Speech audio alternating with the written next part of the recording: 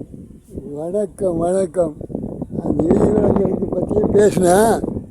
Correct. அப்போ எத்தனாயிரம் பேர் ஓட்டு போட்டு விஜய் ஜெயிச்சு வச்சுருக்குறாங்க. அவங்கெல்லாம் பொறுமையாக இருக்கிறாங்க. நீ ஏதோ குழந்தை ஏதோ சரியான படிக்கு கவனம் இல்லாமல் ஏதோ நடந்து போச்சு. ரொம்ப வருத்தத்தை தெரிவிக்கிறோம் குடிநீர் பணியாளர் சங்கத்தில். ஆனால் எத்தனை கோடி பேர் ஜனங்க விஜய் வரட்டுன்னு போட்டது. நீ ஒரே வார்த்தையில் தூள் கிளப்பிட்டியம்மா. யார் பேச்சு கேட்டு இப்படியெல்லாம் பேசுறீம்மா? உன்னுடைய ஆத்திரம் கரெக்டு, உன்னுடைய குழந்தை கரெக்டு. நீ கரெக்டாக அந்த 2 பேர்த்துக்கிட்ட பழகாமல் நீ சாப்பாடு ஆக்கி அதனால் போடுற பொம்பளை ஏன் போடாமல் இப்படி ஆகிப்போச்சு.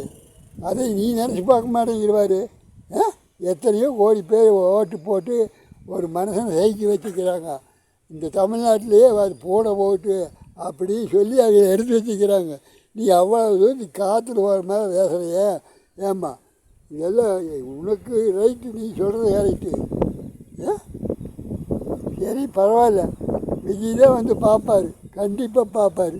என்ன நீங்கள் அது என்ன நடந்தது, யார் எப்படி பண்ணாங்க, என்ன விவரங்கிறது போலீஸுடைய அத்தனை வேலையும் படித்து பிடிச்சி எல்லாமே நான் தமிழ்நாட்டை ஆள வந்த ஐயா கண்டிப்பாக உங்கள் யார் பிடிச்சது, என்ன விவரம், ஏது விவரம் எல்லாமே போலீஸு நீங்கள் சொல்கிறபடிக்கு நடவடிக்கை எடுத்துருந்தா.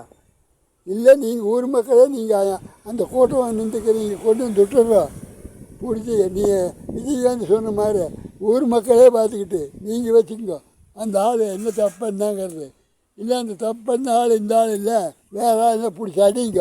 அதுக்கெல்லாம் நாங்கள் போலீஸ் டிபார்ட்மெண்ட்டோம் இதோ ஒன்று கேட்க மாட்டோம், என்ன காரியம் எடுக்க மாட்டோம். அதே மாதிரி குடிநீர் பணியாளர் சங்கம் சொல்கிறது அதுதான் எங்களுடைய கருத்து. அவர் சொன்னார் நீதி வழங்க சொல்கிற மாதிரி அந்த ஆள் உங்கள் பிள்ளைத்தான் அப்படின்னு ஊசி தான் நீங்களே பிடிச்சி ஊருக்காரர் மொத்திக்க நான் கிளிங்க உங்கள் உள்ளே போயிடுதுன்னு. ஆனால் அதுக்காக ஓட்டு போட்டையோ அத்தனை பேர் ஒரு முதலமைச்சராக எடுத்து வச்சுக்கிறத சினிமா நடிக்கிற மாதிரி நடிக்கிறேன்னு பேசுனா அது ரொம்ப நீங்கள் ரொம்ப மூளை கட்டி பேசுகிறக்கு அர்த்தமாக என்னன்னே புரியல.